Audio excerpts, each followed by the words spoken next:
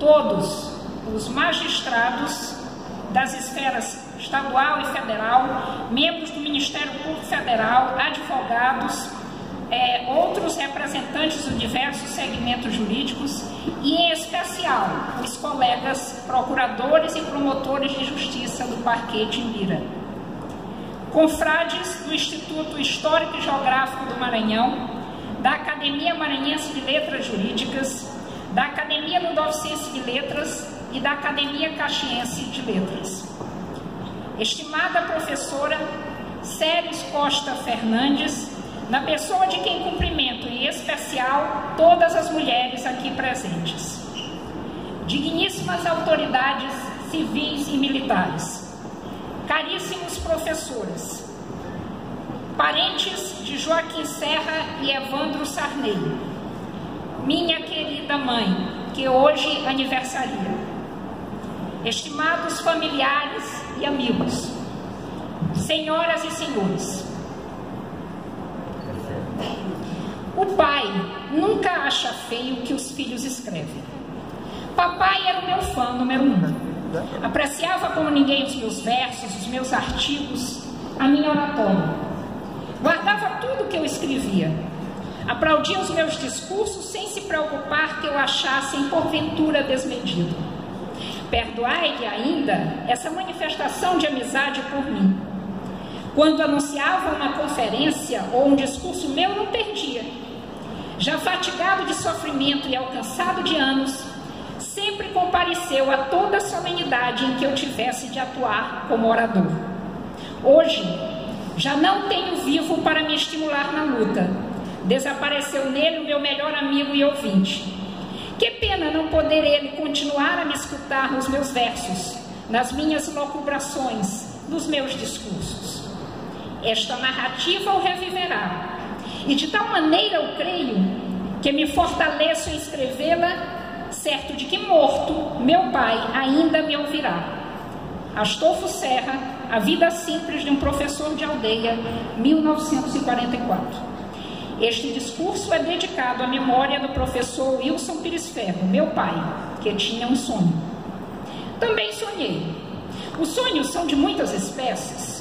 Os do tipo Martin Luther King Jr. costumam conquistar o mundo. São da mesma categoria os do tipo Orígenes Lessa, que se contrapõem à mera luta pelo feijão nosso de cada dia, e os do tipo José Chagas, que caminham devagar, não têm chegado à partida, mas nos dão a nossa medida e ainda viram poesia. Aos sonhos do tipo Jorge Luiz Borges, que viram livro, os do tipo Edgar Allan Poe, que viram pesadelo, e os do tipo Freud, sonhos de divã, que podem virar matéria de estudo. E aos do tipo tradicional, cabeça no travesseiro à noite, do tipo Lígia Fagundes Telles, em uma de suas miniaturas. Aparentemente não tem lógica, mas admiravelmente fazem todo o sentido do mundo. Tive sono e então sonhei. Não foi o sonho de uma noite de verão. No meu sonho, longo sonho, havia um trem, várias pequenas estações, outro trem, 4 grandes estações, um rio, outros rios, uma faca, um mar abraçando uma ilha e uma ilha, abre aspas, cercada de verdes campos por todos os lados, no dizer de seu filho Evandro Sarney, que nela nasceu. Eu estava em um trem, mas ainda não nascera, e soube disso porque não chorei, nem quando vi João Meireles Ferro e sua bela, Isabel, deixando a princesa do sertão onde nasceram, rumo a outras paragens. E as estações se sucederam, Codó, Rosário, Coroatá. Só o rio Itapecuru não ficou para trás. Os filhos igualmente brotaram do caminho de ferro. 4 morreram, 6 vingaram. Mas ele sonhava com o trem, era ferroviário, enquanto ela sonhava com a ilha, para os filhos poderem virar doutor. Era mãe, afinal. João, precisamos ir para São Luís, os meninos precisam se formar. Escutei ela argumentar. Homem que é homem apaixonado não aguenta muito tempo o pedido persistente de mulher, ainda mais sábia. ou se rende, ou não sei o que faça. Ele se rendeu, mas por partes, como cabia um homem. Primeiro partiu o rapazote Wilson para a capital, onde foi recebido pelo parente respeitado, certo professor de história de nome Mário Meirelles, em cuja homenagem o ferroviário João batizara um filho menor.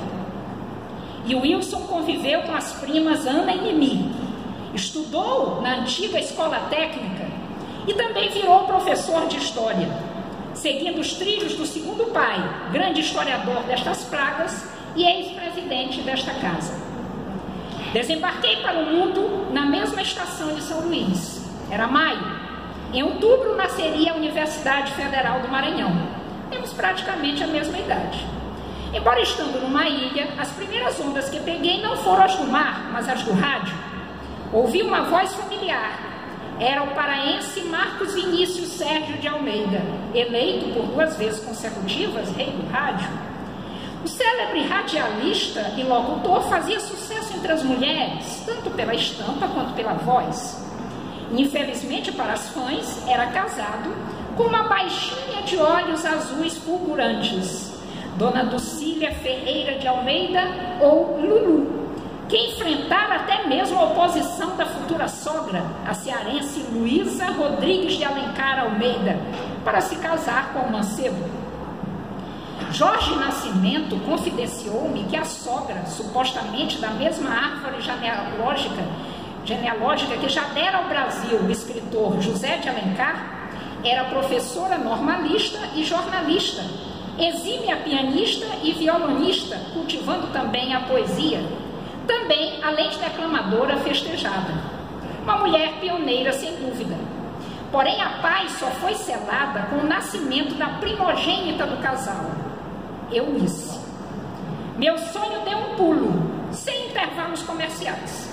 Wilson e Eunice se encontraram na casa bancária Francisco Aguiar, ou na pista de dança do Cassino Maranhense ou do Líder, foram flechados pelo Cupido ao som de um bolero ou de Elvis e se casaram. E eu nasci em Ilhoa, como antes já o imortal Odilo Costa Filho fora Ilhéu. Abre aspas. Nasci numa ilha. Era meu destino. Numa ilha vivo desde pequenino, a estender os braços pelo mundo todo em busca de traços que a terra me liguem. Quero o continente. Não me deixem só. Não me quero ausente. Ninguém me compreende esta busca ansiosa. Tenho o mar comigo, quero ainda a rosa. Joguem fora a âncora. Também comigo foi assim. Primeiro veio a ilha, depois o continente. A família foi minha primeira ilha. Minha mãe, meu anjo da guarda de todas as horas, respondeu a alguém que não me ensinava a cozinhar porque me queria estudando. Até hoje não me arrisco a fritar um mísero ovo.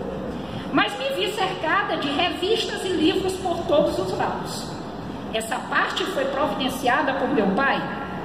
Eu esperava ansiosamente pelas visitas semanais ao Caiçara. Os gibis, as reinações de narizinhos, contos de fadas russos, de Hans Christian Andersen e dos irmãos Grimm eram censura livre. Cresci e me apaixonei por Robin Hood e Vanhoé, lutei ao lado de Arthur, Carlos Magno e Bradamante. Detestei Dom Quixote, ele era a negação do mundo dos cavaleiros medievais que eu aprendera a amar. Só posteriormente lhe dei o crédito merecido. Viajei ao redor da Lua e ao centro da Terra, percorri 20 léguas submarinas e cheguei à Ilha Misteriosa. Contei 4 e não 3 mosquiteiros e quis saber quem estava por trás da máscara de ferro e o que estava por trás do retrato de Dorian Gray. Subi o Morro dos Ventos Uivantes e voltei para casa com Ulisses. Acompanhei a tirania de Ivan o Terrível e a caçada Moby Dick. Sofri com Salambô, Julieta, Jane Eyre, Iracema, Helena, Escravizaura, Oliver Twist e Os Miseráveis. Sorri com Elizabeth Bennet e a Moreninha. Admirei o capitão, isto é, a Capitã Tormenta. Testemunhei os últimos dias de Pompeia. Não lamentei a sorte ou azar de Fausto. Investiguei, motivada por Sherlock Holmes, os crimes da Rua Morta, do Padre Amaro e de Lady Macbeth. diante de quem Odete Roitman era uma dama adorável. E isso foi só o começo. Dei várias voltas ao mundo em infindáveis e recicláveis 80 dias. Pois não disse certo poeta português que, para viajar, basta existir? Na minha ilha cada vez maior, igualmente cabiam meus avós, tios, primos, entre outros. Filha única, os irmãos de infância que tive foram, principalmente, os primos, Mauro, Flávio, Cláudio e Eduardo. Na infância. No Colégio Santa Teresa, jardim da minha infância e primeira adolescência, estudei, fiz as primeiras amizades, Valéria, Maria de Jesus, Flávia, Eugênia, a Cássia, Jamila, Mônica, Isabel Elísia, Márcia Beatriz, Eulélia, ainda outros. Lista sempre completa, rostos preservados no tempo ou levados pelo vento. Estudei de novo, brinquei de polícia e ladrão. Naquele tempo todo mundo queria ser polícia, ninguém queria ser ladrão, porque trazia certo inconveniente, mas isso parece ter mudado hoje. Estudei mais, era dia de prova da professora Eulina Maranhão, joguei algum tênis de mesa e muito ping-pong, estudei muito mais, fiz a acusação a captura, o julgamento que ela foi condenada por adultério, a primeira vez em que fui promotora de justiça. Aí não estudei mais lá, meu pai queria o continente, minha mãe também. Voltei ao trem, deixei São Luís, café com pão, bolacha não. Desembarquei no Rio, não sei se era janeiro. O mar não era o mesmo, era pintado de outra cor. Santa Teresa não era colégio, era bonde ou bairro. O jeito foi estudar no Colégio Itamaraty, Instituto Guanabara da Tijuca. Foi somente um ano nessa estação. Foi bom, mas voltei ao trem. Café com pão, bolacha não. Retornei à ilha. De repente, no colégio fez-se a universidade, a Federal do Maranhão, e eu me formei em letras para ser diplomata ou professora. A professora Marisa Moreira me conduziu à Roma Antiga. Com a professora Séries Fernandes, fui jocasta por uma manhã. E o saudoso professor Fernando Moreira, meu primeiro Virgílio, aquele da comédia que virou divino, me levou num bonde chamado Desejo e me contou os segredos de Jane Austen, sem orgulho ou preconceito, até hoje minha autora de cabeceira. Na Aliança Francesa, conhecia Albert Camus, Prosper Mérimée, Corneille, Baudelaire. Era preciso honrar o idioma dos nossos fundadores. De repente, não mais que de repente, como no soneto de Vinícius de Moraes, eu joguei fora a âncora, zarpei para a terra de Tennessee Williams. Aportei em Eugene, que não é uma ilha, mas eu me senti numa. Até me abrir para o continente e para outra ilha. Ainda não é ilha desconhecida, Saramago ainda não era presente. Foram muitas aventuras na University of Oregon, Shakespeare, Edmund Spencer, Camões da língua inglesa, Thomas Kidd, Thomas Middleton, John Dryden, Afra Ben, da Ilha da Rainha, além das viagens com Goethe, Maquiavel e outros. Todavia, voltei à minha ilha, atendendo ao chamado de tênis. Corri para não me atrasar nas aulas do professor Pedro Leonel. Torci para que o tempo parasse nas aulas do professor Agostinho Ramalho.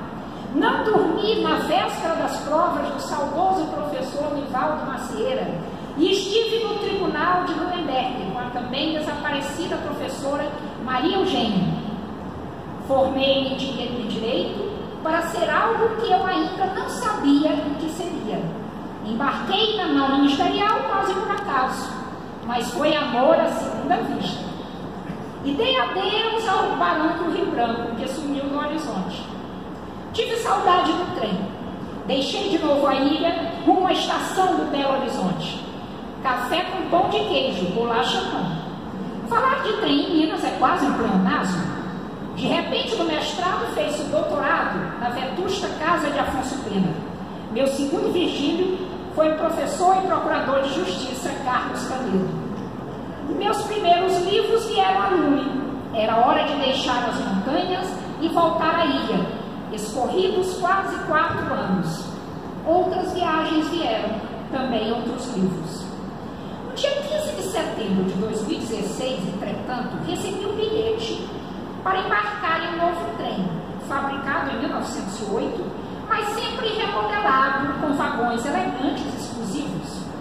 No primeiro, há 12 poltronas fixas, originalmente ocupadas pelos passageiros fundadores, depois substituídos por seus sucessores, todos efetivos. No segundo, há mais 28 poltronas fixas, reservadas aos demais passageiros da mesma classe.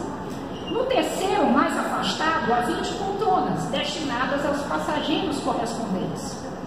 Por derradeiro, nos seguintes, encontram-se as bagagens. O número de cadeiras fixas nos 3 primeiros vagões não se altera. As bagagens, por outro lado, estão sempre aumentando. Essas cadeiras possuem patronos. De vez em quando, um passageiro desce do trem com todas as honras. Sua bagagem, no entanto, nele permanece. Disseram-me que eu agora seria imortal. A ideia me deixou animada, confesso, mas algo na palavra passageiro me incomoda. Fico com a impressão de que a única imortalidade possível está na bagagem de cada um. O meu assento é o de número 12. A cadeira em questão tem como patrono Joaquim Maria Serra Sobrinho, como fundador Clodomir Serra Serrão Cardoso e como últimos ocupantes Odilo de Moura Costa Filho e Evandro Ferreira de Araújo Costa, mais conhecido por seu nome literário, Evandro Sarney. Senhoras e senhores, na data de hoje, subo neste trem batizado de Academia Maranhense de Letras, ou apenas ANL, conduzido pelo competente e experiente maquinista Benedito Buzar. O trem parte, café com pão, bolacha não. De logo ouço parte de um poema cantado com a música da tocata de Vila Lobos. Lá vai o trem sem destino, um dia novo encontrar, correndo vai pela terra, vai pela serra, vai pelo mar. Desculpai minha ousadia. Sem dúvida, não tenho a voz de Edu Lobo para interpretar Ferreira Goulart na versão Vila Lobos ou vice-versa, porém eu sigo as instruções do poeta, desaparecido em 2016, mas bastante vivo no meu sonho. Ademais, cá para nós, soube que cantar pode dar prêmio Nobel de Literatura.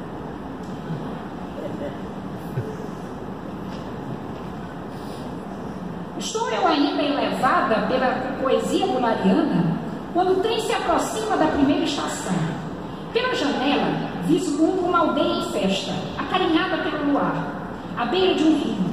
Lá o tempo parou e ainda é dezembro, os versos de um vate quase anônimo.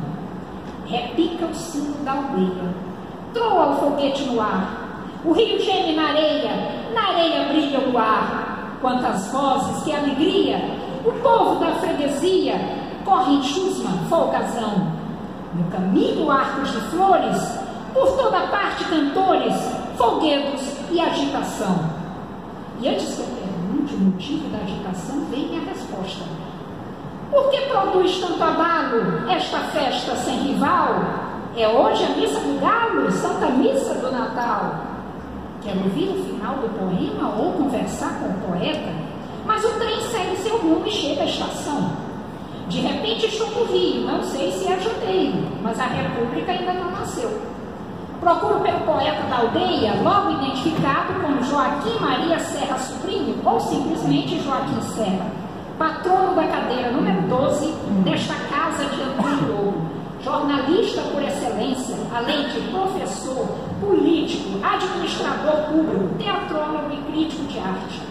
Todavia modesto e recluso por opção. Tal é sua modéstia que costuma se refugiar em pseudônimos. Sigo a trilha do amigo ausente, Dignotus, Max Severit, Pietro de Castellammare e Tragaldabas. Harry Potter ainda não era nascido. Que me levam a seus escritos, de páginas carregadas pelo vento ou reunidas em algumas obras.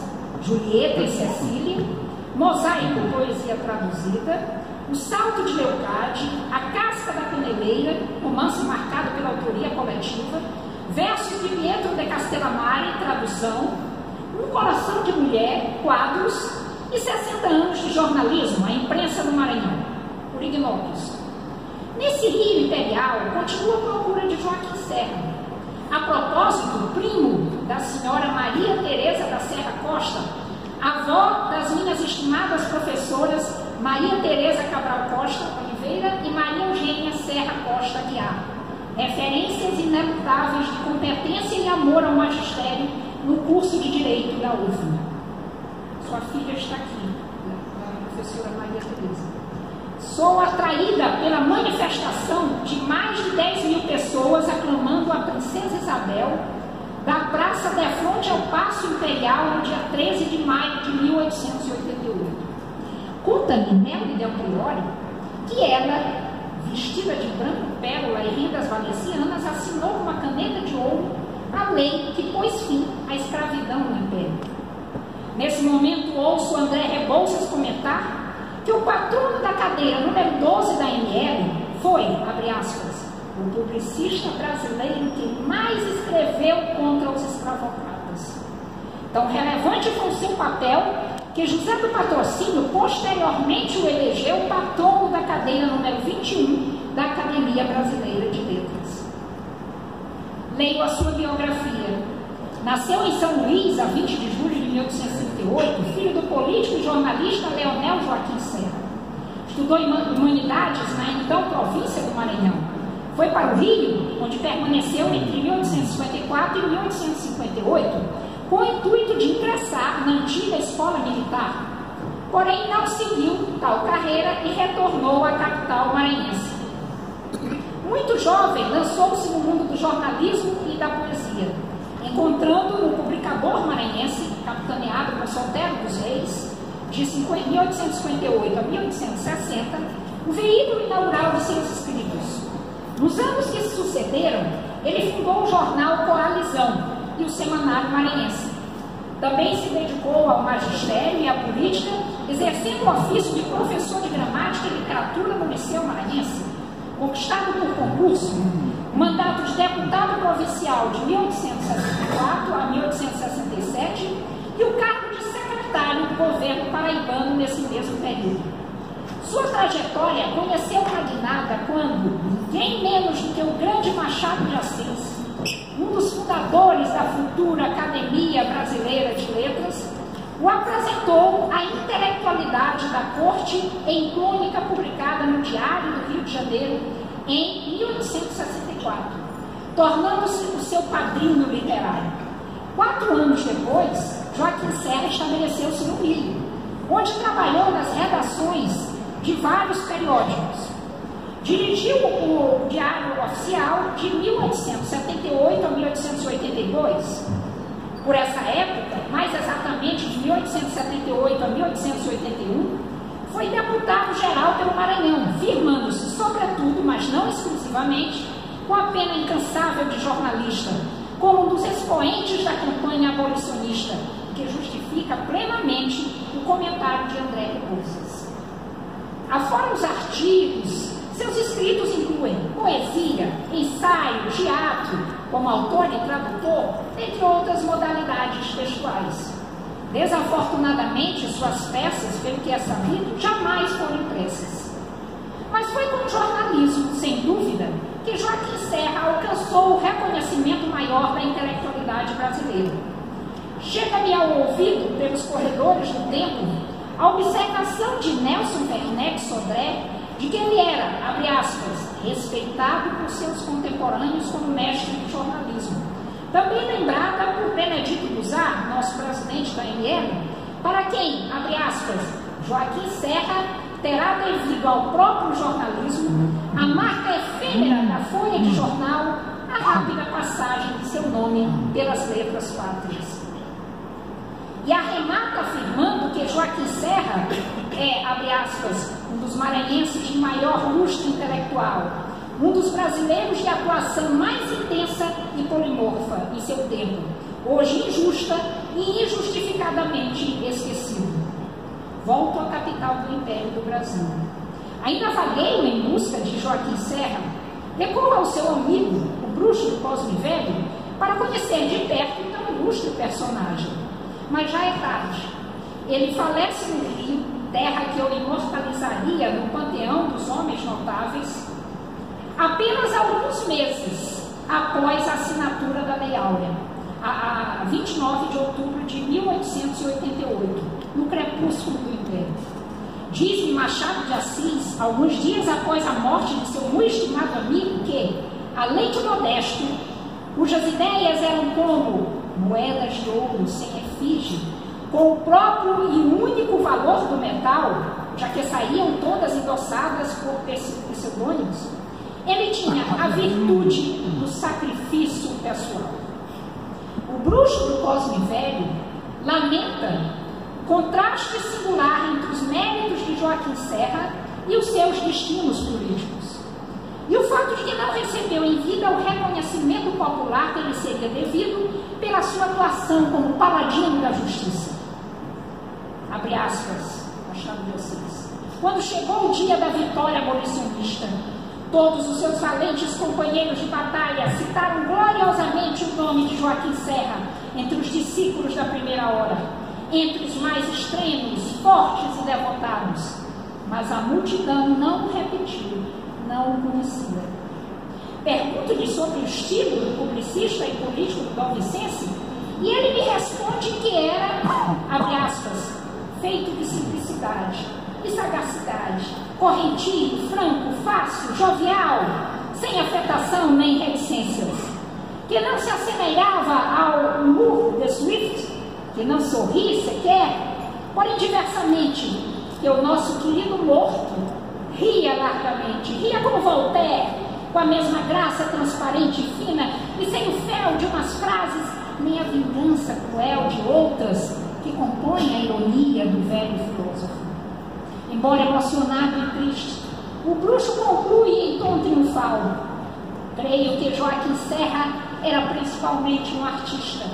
Amava a justiça e a liberdade, pela razão de amar também o arquitrave e a coluna, por uma necessidade de estética social. Nada mais tenho a fazer nesse rio imperial. O trem apita na estação e eu parto com ele. Café com pão, bolacha pão. Vou para o Distrito Federal, à procura do senador Clodomir Serra Cardoso, mais conhecido pelo nome parlamentar de Clodomir Cardoso, fundador da cadeira número 12 da ANL. A viagem é curta, nem vejo surgir o cerrado pela janela. Então me lembro de que Brasília simplesmente não existe. Ainda é um sonho a esperar a chegada de Juscelino Kubitschek ao poder. Desembarco novamente no Rio e me deixo levar pela corrente de suas ruas, até que reconheço a Gaia, saída das páginas do romance A Coroa de Areia, do imortal Josué Montello, a caminho do Senado para tentar uma entrevista com o parlamentar. Deseja pedir-lhe a intervenção em favor de seu marido, João Maurício, preso por ativismo político na turbulenta década de 30. Lá ouço alguém anunciar: aqui tem a senhora, o senador Clodomir Cardoso, uma das figuras mais eminentes do Brasil em qualquer tempo, mestre de todos nós aqui no Senado. A apresentação me parece insuficiente, pois se trata de alguém que, além de destacado político, foi professor, jornalista, jurista, poeta e autor de diversos trabalhos jurídicos e literários. Recorro a seu colega José Sarney para descrevê-lo, abre aspas, com seu porte ereto, a cabeleira branca, o olhar de autoridade professoral, era tido como um dos homens que representavam, na linha da tradição, as virtudes morais dos maranhenses. Além de um dos maiores jurisconsultos do país, dotado da visão do estadista, lastreada uma grande formação cultural. Na entrevista do senador Clodomir Cardoso com a Gaia, guardo apenas uma de suas frases, que atravessou a porta que nos separava. Não traio minha consciência, isso nunca. Ela parte. E sou levado ao gabinete do senador, mas ele não está mais lá. Espero. Interesso-me pelas obras de sua autoria, caprichosamente arrumadas na estante, a grande maioria versando sobre temas jurídicos. Mas o que mais me encanta é o seu ensaio Rui Barbosa, a sua integridade moral e a unidade de sua obra, que alia a profundidade da abordagem à escolha de um ícone como objeto de estudo, publicado em 1926. Ele retorna, intimido-me a princípio com sua austeridade, porém logo a conversa flui como as águas de um rio caudaloso.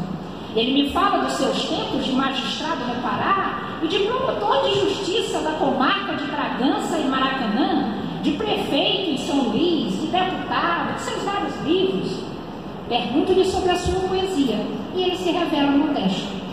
O tempo passa e deixo-o relutante para retomar o trem, pensando em como um homem como ele, referência moral de toda uma geração, faz falta no Brasil odierno, mergulhado em aguda crise ética.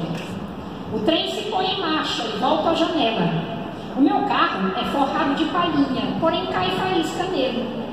Café com pão, bolacha não. Logo vejo um rio, o Parnaíba, e uma barca levando o velho João da Grécia e sua jovem Maria, esta arrastada